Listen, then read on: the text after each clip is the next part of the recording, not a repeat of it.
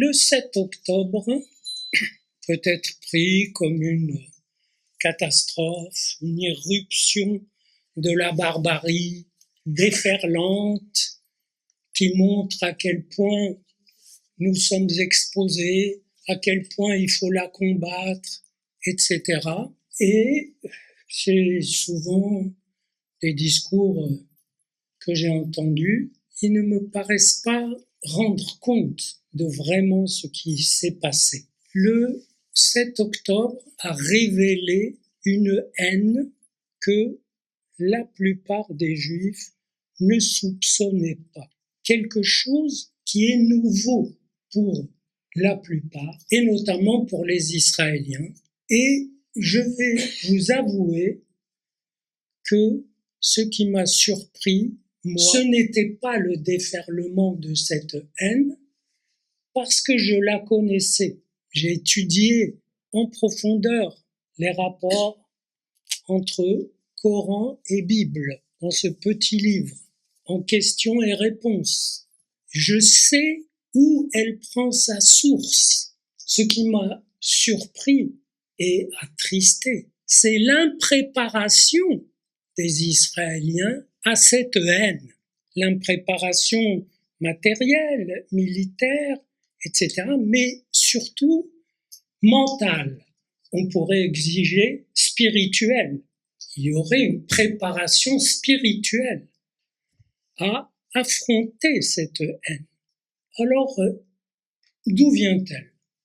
Eh bien, il faut savoir que lorsqu'on dit « ça vient des frères musulmans », et on fait des études sur les frères musulmans, leur enracinement, leur création, début du XXe siècle, etc.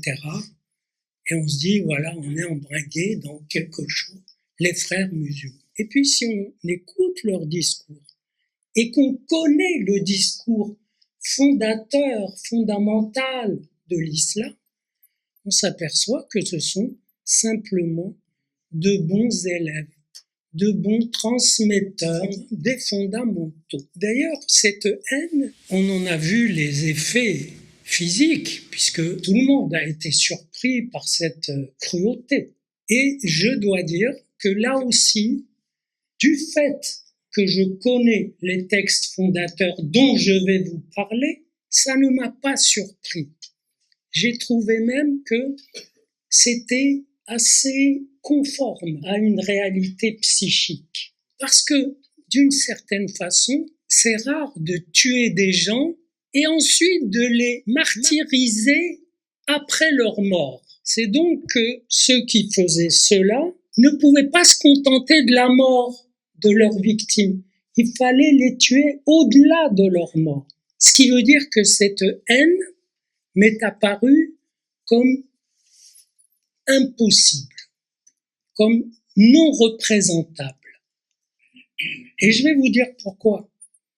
Parce que les nazis, ils avaient fait une construction à laquelle le peuple allemand avait adhéré, qu'il fallait vraiment que les Juifs n'existent plus. Et ils ont essayé d'y arriver en les cherchant un par un, en les tuant un par un, notamment en Ukraine. Mais si on lit bien le Coran, on s'aperçoit que ce qu'il veut, c'est pas seulement que les Juifs n'existent plus, sauf s'ils se soumettent et qu'ils payent un impôt spécial au pouvoir pour que le pouvoir les protège des injustices du pouvoir. C'est comme ça que nous avons vécu en Afrique du Nord et on a survécu. Les riches survivaient plus richement, les autres plus modestement, mais en gros, on a survécu parce qu'on avait un statut, le statut de protégé, mis à part des attaques et vexations quotidiennes, puisque moi, je me souviens de mon grand-père, je m'étonnais tout petit qu'il ait des babouches sales.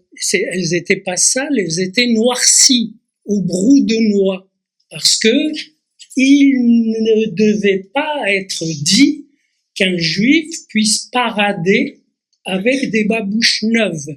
Donc il fallait qu'il les achète. Il les achetait neuves, parce qu'il aimait bien, et puis la veille des fêtes, et il est passé au brou des noix. Même mon père, la veille de son départ en France, il s'est fait un costume, mais auparavant, il portait le costume noir, la djellaba noire des Juifs du Mellah de Marrakech. Donc, ça, on ne connaissait pas cette haine là-bas. Et d'ailleurs, comme on est plutôt des êtres humains normaux, on n'allait pas chercher à la connaître. Et voilà qu'elle apparaît le 7 octobre comme quelque chose de radicalement nouveau. Or, ce qui s'est passé exprime la haine coranique standard, bien écrite, du Coran envers les Juifs qui ne se soumettent pas. Et comme les gens des kibboutz au sud d'Israël n'allaient pas payer un impôt au Hamas, n'est-ce pas, et s'inscrire comme dhimmi, ben, il fallait les tuer et les tuer au-delà de leur mort. Alors, pourquoi cette haine? Mon hypothèse, et elle m'a servi à éclairer beaucoup de choses, mon hypothèse, c'est que Mohammed a beaucoup appris chez les Juifs, il a même appris l'essentiel de ce qu'il savait, et qu'il a restitué dans un arabe magnifique. Mais les Juifs ne l'ayant pas suivi, il s'est retrouvé avec des gens qui lui disaient « mais ce que tu nous apportes, on l'a déjà ». Ce qui est vrai, il n'y a rien dans le Coran qui ne soit dans la Bible. La grande nouveauté du Coran, c'est qu'il a simplifié les histoires bibliques et qu'il a relooké le Dieu biblique en lui accolant un trait précis. Le Dieu du Coran, Allah, est judéophobe, antisémite. Voilà. C'est pas une bonne nouvelle pour les Juifs, mais c'est pas une nouvelle excellente non plus pour les Arabes. Parce que le montage qui a été fait est un montage qui dit, finalement, avant moi, ça ne comptait pas. Puisqu'il a reproché aux Juifs qui ont écrit la Bible d'avoir falsifié le message. Ils ont falsifié le message par rapport à quelle version? Eh bien, à celle du Coran. Donc, la Bible a été falsifiée par rapport à sa vraie version, qui est celle du Coran. Ça fait des croisements neuronaux, mais oui, mais qu'on retrouve dans la réalité, dans le quotidien. Parce que ça veut dire que si rien de ce qui le précédait ne compte, et si rien de ce qui le suit ne compte, sauf si ça s'intègre dans son discours, si ça se soumet, ça veut dire qu'il pose ce qu'on appelle en psychanalyse, mais il n'y a pas besoin de psychanalyse pour ça, ça s'appelle une loi narcissique. Cette loi est essentielle parce que c'est moi qui la pose. Quelle est la conséquence? Je vais vous dire la conséquence territoriale de cette chose-là. Les premiers sionistes qui arrivaient en Terre Sainte dans le sillage du bouquin de Herzl, Vieille Nouvelle Terre. Ils étaient soucieux, ils ont dit, mais il y a des Arabes là, et il va falloir composer avec eux, on leur donnera les mêmes droits, etc. Ils n'avaient aucune connaissance de ce que pensaient ces Arabes. Aucune. Or, pour les Arabes de ce territoire, avant eux, les Arabes de ce territoire reproduisent l'opération coranique que je viens de vous dire. Avant eux, il n'y avait rien. Après eux, il ne doit rien y avoir d'autre. Et s'il y a de l'autre, c'est des intrus. C'est des colons. Même s'ils habitent en Israël, pour le Hamas, Israël est une colonie. C'est ça le sens de libérer la Palestine du fleuve à la mer. Autrement dit, l'opération coranique sur la Bible se répète politiquement dans l'opération mentale qui fait que les Arabes là-bas sont tout à fait convaincus qu'ils sont sur une terre d'islam, qu'avant l'islam, il n'y a que ce qu'on appelle, ce qui s'appelle en arabe, jahiliya, le chaos. Avant l'islam, il y avait le chaos. Certes, il y avait des ancêtres hébreux. Il y avait Abraham, Isaac, Jacob, David, Salomon. Mais ce sont des musulmans, parce que dans le Coran, ces personnages bibliques sont musulmans. Ça part d'un petit jeu de mots qui est muslim. Muslim en arabe veut dire musulman et veut dire aussi soumis. Donc, ces personnages sont soumis à Dieu. Mais en arabe, ça se dit muslimin. Donc, ils sont musulmans. Et nous alors, nous, leurs descendants, en refusant d'être musulmans, comme eux, on les trahit. Donc on trahit le message. Et c'est de là que vient le mot infidèle. Combattre les infidèles. Les gens répètent la phrase, et alors, les guerres saintes combattent les infidèles. On pourrait dire combattre les incroyants. On dit combattre les infidèles. Ils sont infidèles à quoi? À eux-mêmes, à leur tradition qui est foncièrement islamique. Ils sont infidèles à Moïse, qui est musulman. Donc, mais oui, mais c'est important de savoir ça. Ça veut dire que si vous avez intégré ce point, vous allez voir que beaucoup de questions vont se résoudre. Par exemple, je ne sais pas, hier matin, j'entendais un metteur en scène libanais qui parlait à la radio et à qui on demandait son avis sur ce qui se passait au Proche-Orient. Et on lui dit, mais pourquoi tant de haine dans les manifestations anti-juives? Et il a dit, il n'y a qu'à voir ce que fait Israël à Gaza. Or, les manifestations anti-juives ont commencé avant que Israël intervienne à Gaza. Mais oui, mais vous voyez comment ça glisse dans les discours. C'est à cause de ce que fait Israël. Or, c'était avant qu'Israël n'intervienne, dans les premiers jours de la sidération, où on se demandait qu'est-ce qui allait arriver, où c'était l'hébétude. Donc, ça confirme que cette haine qu'on a vue, elle n'est pas due aux actions d'Israël, elle est due à la transmission de la haine coranique envers les Juifs, haine coranique qui vient du fait que quelqu'un a pris le texte des autres, il n'a pas envie que les autres restent les témoins de son plagiat. Imaginez-vous si vous avez écrit un roman où vous avez mis vos tripes, votre histoire, vos rêves, votre inconscient, et le roman, il a un petit succès, un succès moyen, il se vend bien. Si quelqu'un vient et qu'avec ce roman, il fait lui un best-seller, ce qui est sûr, c'est qu'il n'a pas envie de vous voir au cocktail de lancement de son livre. Et ça se comprend, parce que ça se comprend. Les lois humaines sont ainsi. Ça veut dire que il n'a pas envie que lui soit rappelé que vous vous êtes interposé entre lui et l'idée. Parce que ce qu'il veut, loi narcissique, c'est que avant lui, il n'y avait rien. Et de préférence, après lui, il n'y aura rien. C'est le point d'impasse narcissique par excellence. Ça veut dire que les rabbins du Talmud ont cogité un peu ça rapidement et ils ont dit une phrase très intéressante.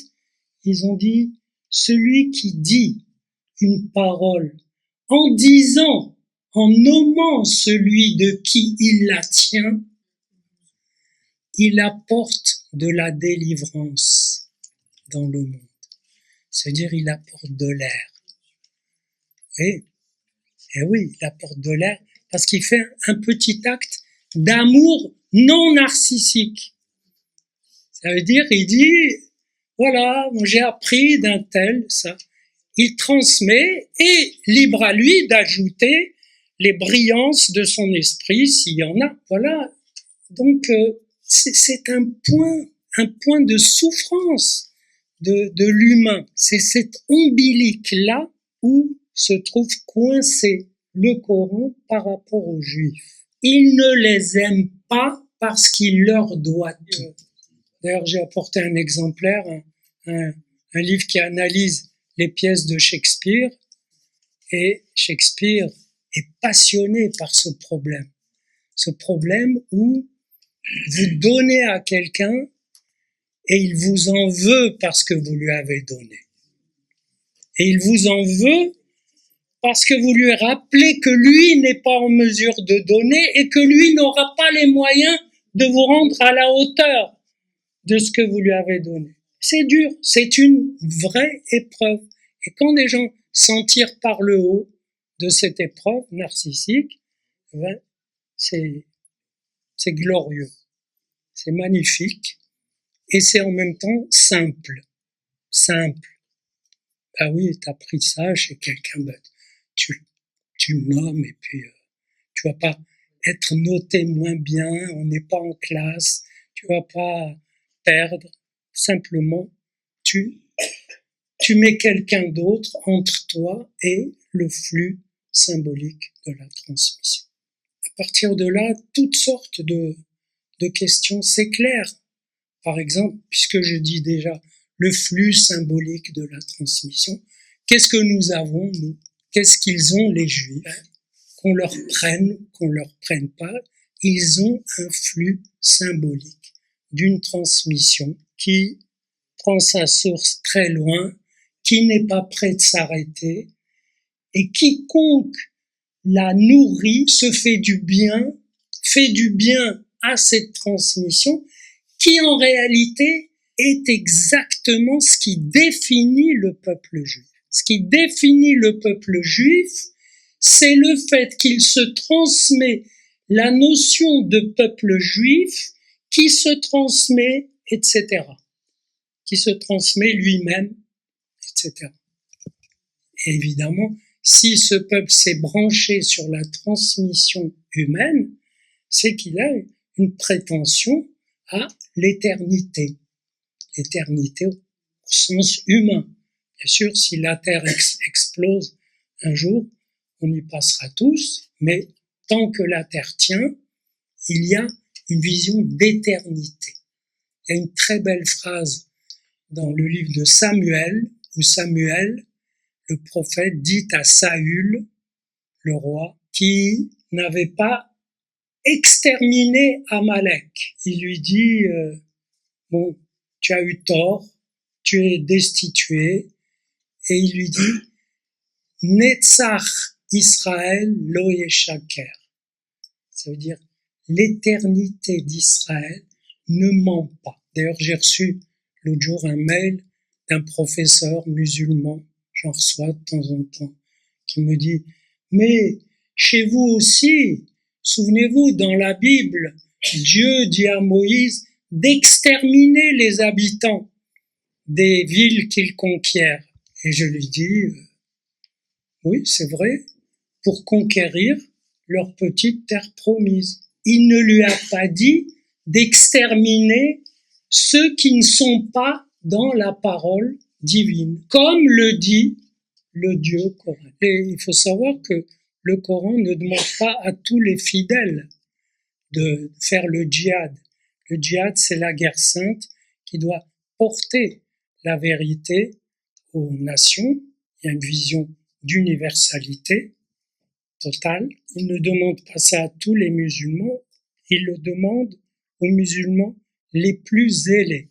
Alors quand vous avez une masse d'1,5 milliard de gens, forcément, il y en a qui veulent être les plus zélés. Donc, le djihad est programmé de toute façon. Et le malheur de ce petit groupe qui s'appelle les Arabes de Palestine, leur malheur, c'est que la seule arme qu'ils ont eue et qu'ils ont pour chercher une indépendance, c'est le djihad. Ça veut dire qu'en 47, il y a eu un partage, une moitié pour les Arabes de Palestine, une moitié pour les Juifs. En 48, les Juifs ont déclaré l'indépendance. Les Arabes se sont vus signifier par les Arabes de Palestine, se sont vus signifier par les États arabes alentours, tirez-vous, le djihad va entrer. Le djihad, ça veut dire les armées arabes. Toute armée arabe qui combat l'infidèle fait la guerre sainte. Il n'y a pas de mouvement historique de masse musulman qui ne soit une guerre sainte. Il faut vous mettre ça dans la tête. Donc, et j'ai les textes, j'ai consulté et les notes des chefs militaires. Qu'est-ce que vous faites là encore? Bientôt, le djihad va arriver. Donc, les gens sont partis. Certains sont restés. Après 48, il y a eu un cessez-le-feu, mais ce cessez-le-feu, il a laissé quoi? Il a laissé la Cisjordanie rattachée à la Jordanie et Gaza rattachée à l'Égypte. Les Arabes de Palestine veulent, soi-disant, une indépendance, un État, et voilà qu'arrive une guerre étrange, puisqu'elle était préparée comme un djihad. Moi, j'ai vécu ça en mai 67. Vous lisiez les journaux. Il y avait même Kalsoum qui chantait égorge, égorge. Donc, c'était le djihad qui arrivait. Et là, heureusement, les chefs israéliens, Rabin, Dayan et tout ça, ont pris les devants. Donc, pratiquement, ils ont pris de coup un djihad. Ensuite, 73, le djihad. Chaque fois, c'est toujours un djihad. C'est toujours une guerre sainte. Une guerre sainte étant par définition exterminatrice, ne peut pas aboutir. C'est une arme trop forte.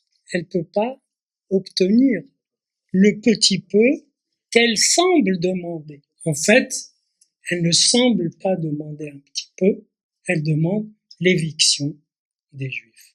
C'est en ça qu'elle est exterminatrice par essence. Mais oui, c'est un vrai malheur de ce petit peuple palestinien qui est que, très gentiment, l'ensemble du monde arabe l'a assigné à une place qui est celle de faire la guerre sainte au nom de la Oumma. Pas tout à fait le beau. Le bouc émissaire, c'est celui qui est positivement sacrifié. Là, on le met à une place où il se sacrifiera beaucoup, mais il faut qu'il en reste parce que cette place doit rester vivante. C'est la place du djihad. Donc, c'est pas un destin, ça. Si vous imaginez le Palestinien moyen qui a envie de voir grandir ses gosses, de les envoyer à l'université qui existe, etc., et qui doit, par la force de la masse, adhérer à la guerre sainte, c'est-à-dire voter à 70% à Gaza pour le Hamas. Alors, comment je peux expliquer les manifestations anti-Israël? Je vous ai déjà dit que ces manifestations ne proviennent que secondairement des actions d'Israël à Gaza, de sa riposte. Elles expriment la source même du rapport du Coran à la Bible. Pour moi, là-bas, sur ce territoire, la lutte qui se livre, c'est une lutte entre la Bible et le Coran. Ça veut dire que la Bible a été refoulée. Les conquérants musulmans du 7e siècle ont mis une dalle dessus, voilà.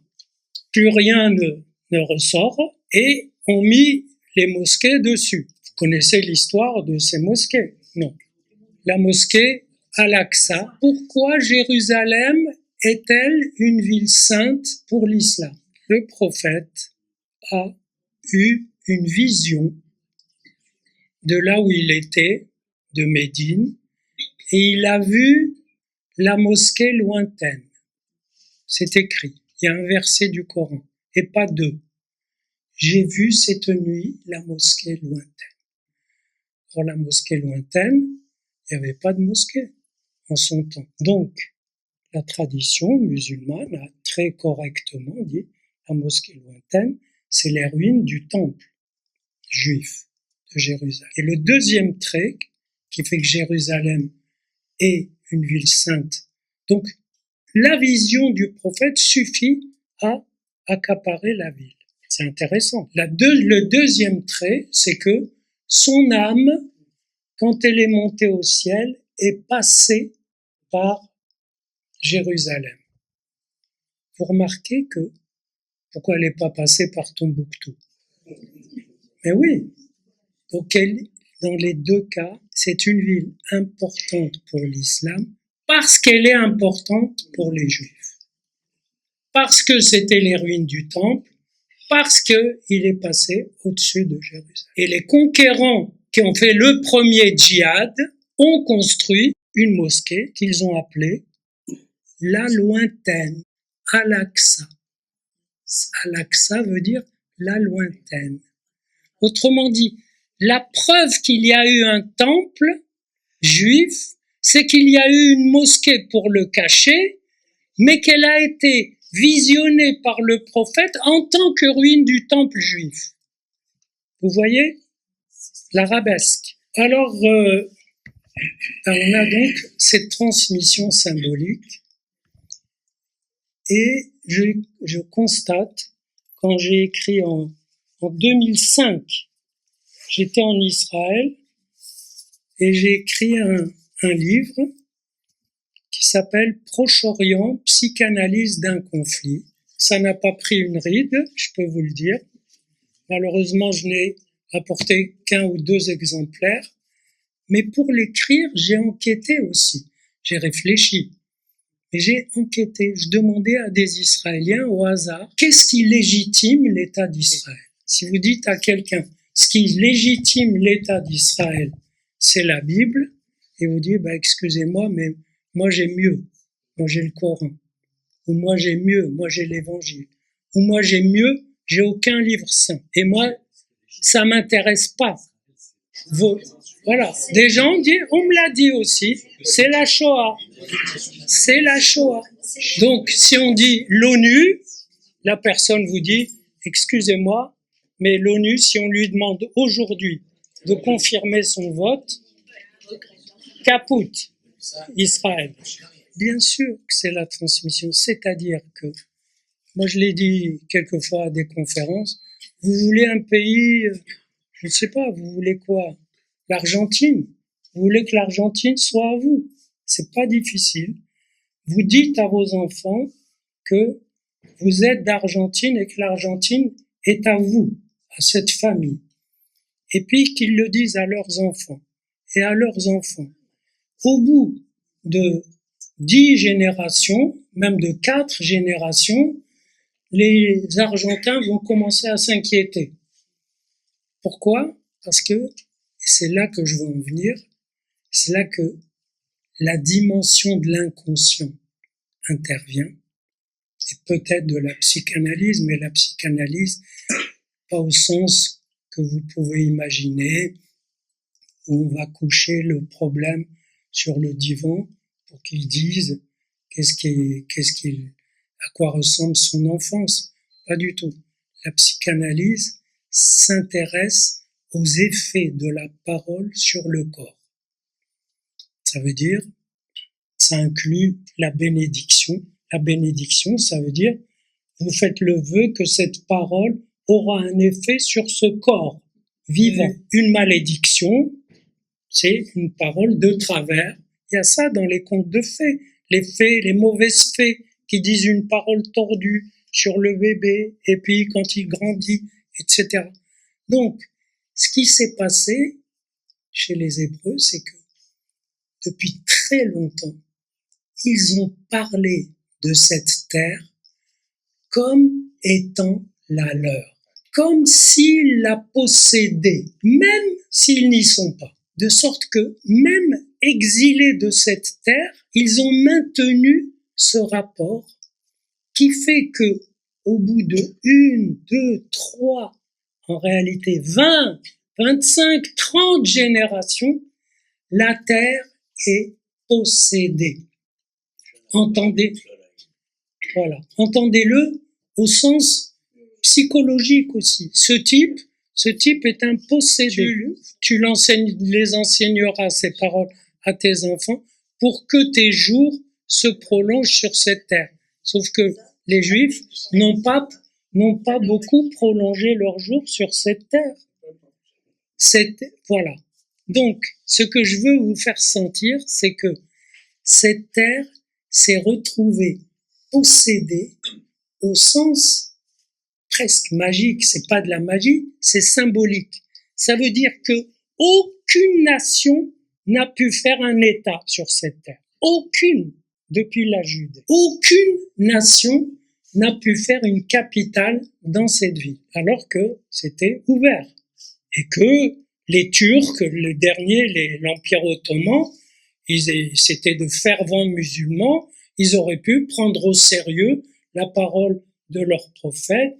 C'est un lieu sacré, on va en faire vraiment le haut lieu, le deuxième haut lieu de l'islam, pas du tout. Et même les territoires dits occupés, vous savez que, tout le monde le sait maintenant, que entre 48 et 67, ils n'ont jamais été revendiqués par les Palestiniens pour y faire un État. C'est quand même fort de café. Ce qui veut dire que ces territoires ne sont devenus à récupérer que lorsque les Juifs les ont touchés. Donc les Juifs sont des fabricants de peuples palestiniens et des fabricants de terres palestiniennes.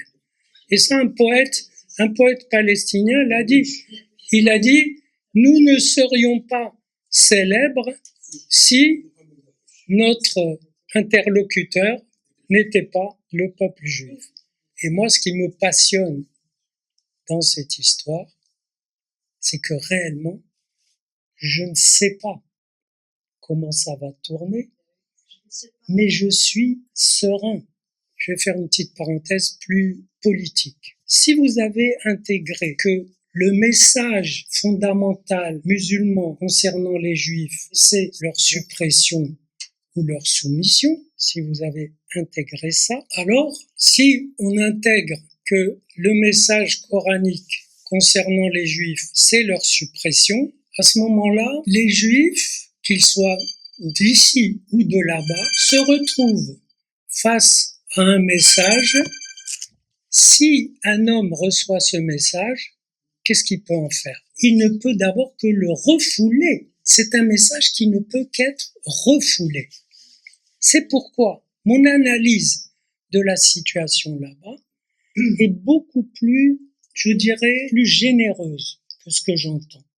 Ça veut dire que je ne vois personne vraiment à culpabiliser. On a parlé de conceptia, que Benjamin Netanyahou a posé sa conception, à savoir le Hamas n'attaquera jamais, on le nourrit de dollars qui viennent du Qatar, on est tranquille, donc on peut s'occuper du nord, des territoires, etc. Bien sûr, il a influencé tous ceux qu'il pouvait influencer. Mais cette idée exprime en toute simplicité la conception de la vie globale qu'avaient les Israéliens, à savoir, on est là, notre terre, notre État est légitime, on ne fait de mal à personne, on vit, et puis on verra bien ce qui peut arriver.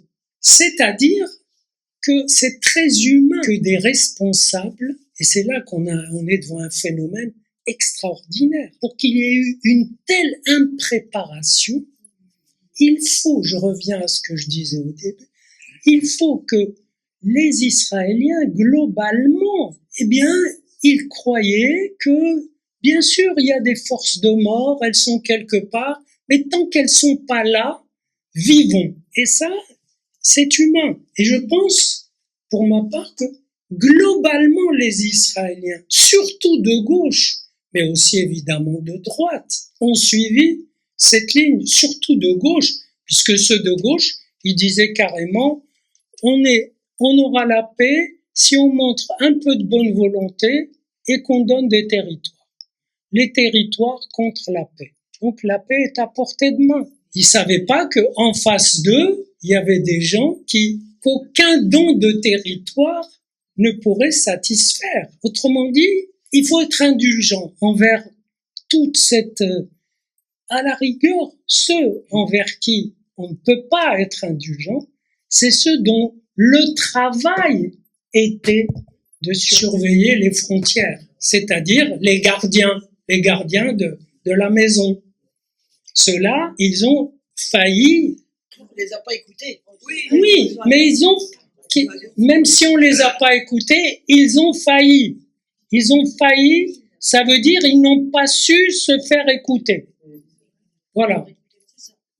Autrement dit, globalement, ce qui se passe, c'est l'expression du fait que la partie du peuple juif qui est là-bas, eh bien, voulait simplement vivre en attendant que se règle la question de quoi? La question de la guerre que j'ai laissée en suspens. Après 48, il y a eu la Cisjordanie et Gaza, Cisjordanie rattachée à la Jordanie, Gaza à l'Égypte. Ensuite, après 67, les Israéliens étaient en Cisjordanie et à Gaza. Mais la guerre continue parce que, figurez-vous qu'après 67, le mot d'ordre du monde arabe, c'était surtout ne pas discuter avec les Juifs. En quoi ils appliquaient d'ailleurs le mot d'ordre coranique. Ne prenez pas vos amis parmi les Juifs et les chrétiens. Donc, on ne discute pas avec Israël. Si on ne discute pas, ça veut dire que les Palestiniens, que je plains là aussi, ils étaient mis à une place où ils ne pouvaient pas discuter, alors qu'il aurait pu y avoir une entente. Donc, la guerre a continué et la guerre continue. Ce qui veut dire que, selon moi, dire qu'il y a occupation en Cisjordanie, c'est comme si on disait que une armée qui se bat contre des gens dans un territoire où il n'y a pas eu un traité de paix, qu'elle occupe. Mais non, elle occupe pas, elle est là. C'est pas une occupation d'une partie d'un territoire, d'un État. Comprenez, c'est pas mal. C'est pas la même chose. Et évidemment, quand il y a un armistice, il y a des Juifs qui franchissent la frontière, qui passent en Cisjordanie. C'est pas la frontière d'un État, c'est un morceau de Jordanie. Pour l'instant, légalement, la Cisjordanie est un morceau de Jordanie. Et ce qu'a fait la Jordanie, c'est de dire, on n'en veut plus. Mais ça ne suffit pas pour qu'ils deviennent un État palestinien. Vous voyez, donc il y a des rétorsions dans tous les sens, mais il ne faut pas avaler comme de la soupe tout un discours qui dit occupation, apartheid. On m'a parlé d'un Israélien qui est aux États-Unis, qui est un historien, qui avait fait un très bon bouquin. Omer Bartov, il a passé une motion pour dire Israël, État d'apartheid. Et là, je voudrais une petite réflexion sur ces Israéliens qui sont violemment contre Israël et contre son gouvernement, mais avec une rage. Et moi, je les trouve émouvants. Mais oui, mais parce que moi, je vais vous dire, je n'ai pas de la haine, parce que en venant ici avec ma valise de bouquins à vous proposer, j'ai pris un taxi, bien que j'habite pas loin. Et le taxi me dit, c'est lourd, c'est des bouquins. Je lui dis, c'est des bouquins. Je vais faire une conférence. Il me dit, sur quoi? Je lui dis, c'est un noir. Je lui dis, sur le Proche-Orient. C'est chaud, hein? Il me dit, ah bah oui, c'est chaud. Et puis, il roule encore un peu et il me dit, c'est quand même drôle, hein. Les Juifs, pour une fois qu'ils ont un État, personne ne veut l'accepter. C'est bizarre. Et quand il a descendu ma valise, il m'a dit, défendez Bibi. De toute façon, ça veut dire qu'il y a un bon sens populaire qui dit, mais c'est bizarre. Tout le monde était d'accord, en fait, avec cette conception, et tout le monde va lui tomber dessus. Ça, c'est un bouc émissaire. Si quelqu'un a parlé de ça, ils vont en faire un bouc émissaire parce qu'ils étaient d'accord avec lui et que ça n'a pas bien tourné. Si ça, globalement, c'est la conception, bon, vivons, on est bien là, etc. Qu'est-ce que c'est que cette histoire? Donc le 7 octobre a réaligné beaucoup de juifs pour non pas les mettre en ligne droite, mais les confronter au vrai sens de leur transmission, de leur rapport à cette terre, etc. Bien sûr, il va y avoir des abus, il va y avoir des tas de rabbins qui vont courir pour leur dire, vous voyez, on vous le disait, c'est la religion qu'il vous faut. Évidemment, ça va gâcher les choses parce que mettez-vous à la place de quelqu'un qui est un incroyant, un athée, pour qui le symbolique, c'est le numérique. Voilà. Pour qui la transmission, c'est les transferts de fonds.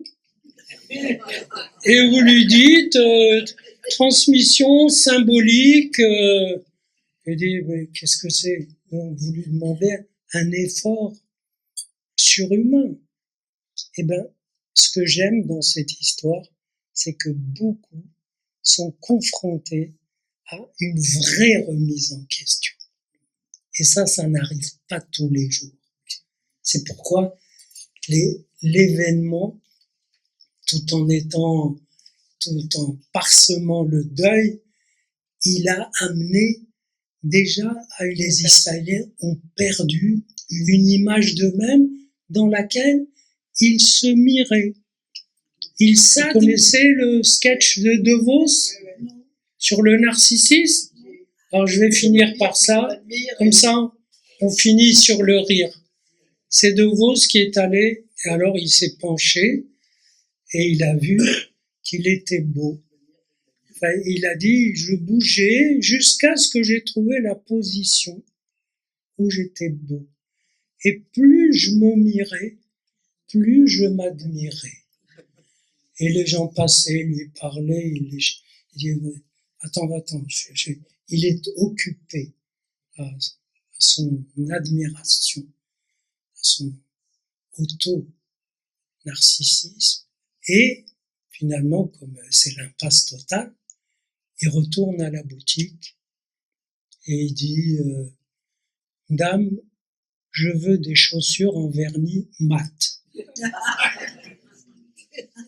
Alors, elle se penche, elle dit, voyons un peu, elle se penche, et voilà que elle se regarde, et plus elle se mirait, plus je l'admirais. Et là, ça vous donne une petite issue, comment décaler le narcissisme. Si vous projetez l'image de vous sur l'image qu'a l'autre de lui-même, et que ça peut, comme ça, se recouvrir un instant, il se relève et il s'aime. Voilà. Et si vous enquêtez, vous verrez que les musulmans aussi, courants comme ça, le musulman lambda de la rue, ne connaît pas ne connaît pas. Et moi, la question que j'ai envie qu'on puisse poser de temps à autre, c'est, premièrement, est-ce qu'il connaît l'inscription de cette haine? Et deuxièmement, est-ce que chez lui, ça se transmet? Ben oui. Si ça se transmet, alors, non, j'ai rien à lui dire. Si je peux lui dire que si ça se transmet, premièrement, c'est la définition même du racisme, c'est-à-dire déclarer qu'une collectivité est à éliminer, c'est le racisme par définition. Et deuxièmement, c'est illégal. L'appel à la haine en France, pour l'instant. Mais il est important que ça puisse être dit. Voilà. J'espère que mes propos vous aideront à affiner un peu les choses. Parce que je vous ai montré que sur l'exemple du metteur en scène là qui disait c'est normal qu'il y ait des manifestations antisémites avec ce que fait Israël. Ça veut dire que il cache la haine fondamentale derrière des choses de circonstances. Ce que fait Israël, c'est une circonstance. Ça existe maintenant depuis 180 jours. Ça n'existe pas depuis des millénaires. La haine en question est inscrite depuis 13 siècles et se transmet.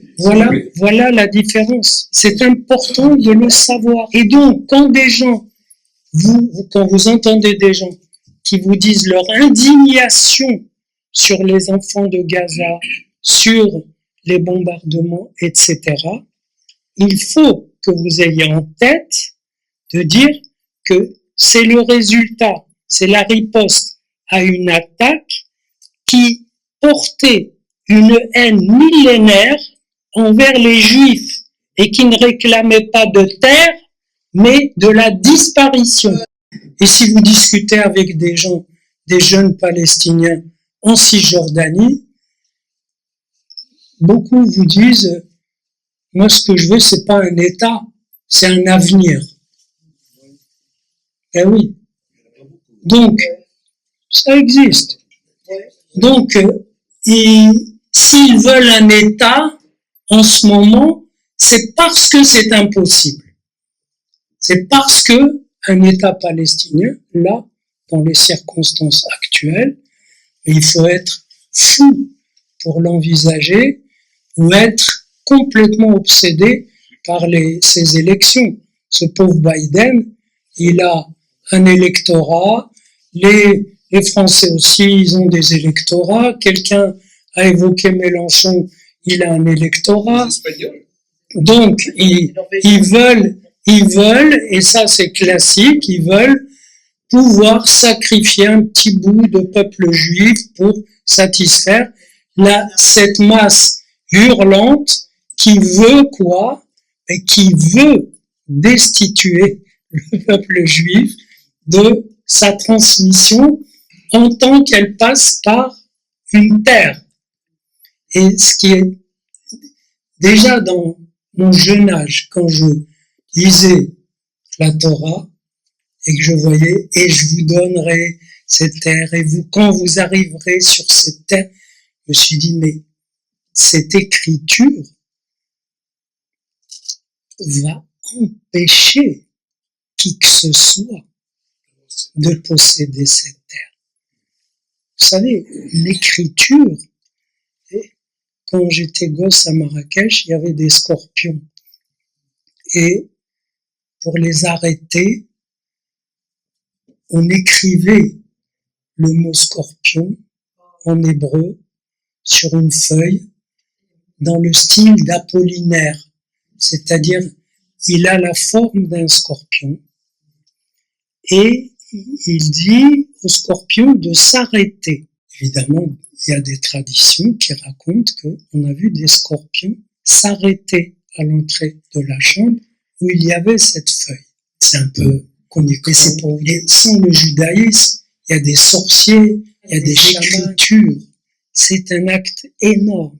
Et quand cette écriture, c'est celle-là même qui a inspiré ceux qui veulent la faire disparaître, là, ça se mord la queue. Ça n'arrive pas à fonctionner.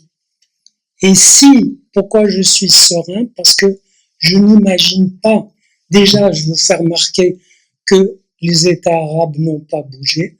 C'était à Londres que les peuples de ces États arabes veulent plutôt aussi, comme les Israéliens, veulent vivre un peu, profiter un peu de la vie et ne sont pas du tout prêts, sauf une petite frange, à prendre les armes pour la guerre sainte. Il n'y a pas eu, pourquoi ils n'ont pas envoyé des, vous savez, comme dans la guerre d'Espagne, comment ça s'appelait? Voilà, pourquoi il n'y a pas eu des brigades pour aller prêter main forte? Donc, il ne faut pas s'affoler, il ne faut pas s'imaginer. Donc, mon propos est à la fois d'alerte pour vous signaler que cette haine, elle est tricotée, tissée à même la texture du texte. Donc, on ne peut pas la louper. Donc, il y a des gens qui lisent ce texte, qui l'adorent, et c'est un vrai problème de vie quotidienne. Comment être en convivialité avec quelqu'un qui adore un texte qui vous a condamné à mort. Il faut le savoir et vivre avec ça. Et vivre avec ça, ça veut dire renoncer à un idéal des fusions amicales. Regardez, il y avait une fille qui sévissait sur les réseaux sociaux qui s'appelle El Razaoui. Oui. Certains l'ont entendu. Elle est Zineb El Razaoui. Moi, je la trouvais superbe. Elle envoyait des tweets cinglants contre telle oppression, et puis elle a rencontré donc un mec traditionnaliste qui l'a remise dans le droit chemin. Et aux dernières nouvelles, le message que j'ai lu d'elle il y a 2 jours, je suis pas toujours très au courant, mais là, il est tombé sous mon nez. Elle dit Israël est un crime contre l'humanité. C'est pas fait des crimes contre l'humanité. Est un crime contre l'humanité. Autrement dit, oui, mais il y a un moment où ça se démasque. Voilà. Je n'aime pas trop l'expression quel espace on va laisser. Les gens se créent eux-mêmes l'espace de pensée, de parole, ou n'arrivent pas à le créer. Ce que je constate, c'est plutôt que les gens sont un peu perdus devant des espèces de rituels. Là, il y a un rituel qui s'impose là-bas, c'est haro sur le responsable, Netanyahou. Et il y a des manifs incroyables, des barricades. Donc maintenant, subjectivement, les gens me paraissent tout à fait en mesure de penser ce qui arrive. Ça n'est pas au-dessus du pensable. Une fois que vous avez le fil que ce qui est arrivé est l'expression directe d'une haine que vous n'avez pas voulu voir, vous êtes orienté. Si au contraire, vous abordez en disant quelle effraction de barbarie, insensée, alors là, on sera dans le non-sens. C'est-à-dire dans une irruption de non-sens, d'inexplicable, d'indicible. Les uns vont accrocher la Shoah, d'autres vont accrocher je ne sais quoi d'autre, et parce qu'ils ont besoin d'accrocher quelque chose. On ne va pas les critiquer, mais je dis que c'est des défenses et que le filon que je vous ai proposé est un filon qui laisse place à une élaboration. Que faites-vous, sachant que l'adversaire a pour texte fondateur votre élimination. Eh bien moi, ça ne m'a pas mortifié. Ce qui m'a mortifié à la suite du 7 octobre, encore une fois, c'est que il y ait eu là-bas suffisamment de gens qui ne connaissaient pas cette haine pour qu'ils se retrouvent non préparés. Avec en plus toute l'hubris, la certitude, les technologiques, toutes les banalités que vous trouvez et qu'on dit partout. Mais l'essentiel, et je crois que je suis même certain que la plupart, je n'ai vu nulle part, voilà pourquoi je vous en parle aussi, je n'ai vu nulle part cette analyse qui rapporte la chose à la haine coranique des Juifs et qui explique réellement ce qui s'est passé et qui explique beaucoup de choses que les autres schémas n'expliquent pas. Je suis impressionné et en même temps je le comprends. Je comprends que les gens n'aient pas voulu aller savoir de plus près parce que ils ont peur que ça les désespère. Et cette peur les a mis dans la confusion. Et pourquoi je n'aime pas l'expression « quel espace on va donner », je ne suis pas le donateur d'espace. Les gens se créent un espace de vie et de pensée avec ce qu'ils ont. Ceux qui se sont effondrés, et on peut vraiment les comprendre, c'est ceux qui avaient construit une conception du monde et de la vie et de l'existence où il n'y avait pas cette haine. C'est ça la conceptia élargie au sens que j'ai dit, c'est-à-dire la conception hédoniste simple, pas hédoniste, encore qu'elle était aussi théorisée. L'hédonisme israélien, c'est quelque chose. Donc, moi j'ai des gens de ma famille qui vivent là-bas, qui sont nourris de quelques éclaircissements que je leur donne et qui me témoignent que les gens, les bons vivants, les modernes, se sont effondrés parce qu'ils n'avaient pas d'appui. Ils n'avaient pas d'appui. Et c'est là que c'est quand il n'y a plus d'appui qu'il faut non pas déplorer qu'il n'y en ait pas, non pas se dépêcher d'en fabriquer, mais prendre son temps. Ceux qui construisent des théories ignorant cette haine peuvent inventer toutes sortes de choses. Le Hamas, il n'est pas mu par la peur. Eux sont narcissisés par cette haine, parce que cette haine, elle est pleine. Elle donne une plénitude. Je vous l'ai dit au début, avant moi, il n'y avait rien. Après moi, il n'y a rien. Ça veut dire que le narcissique comme ça, bien structuré, bien sûr qu'il peut induire la peur. Il peut aussi être, dans la vie, sensible à la peur. La peur de quoi? La peur que sa construction narcissique ne tient pas.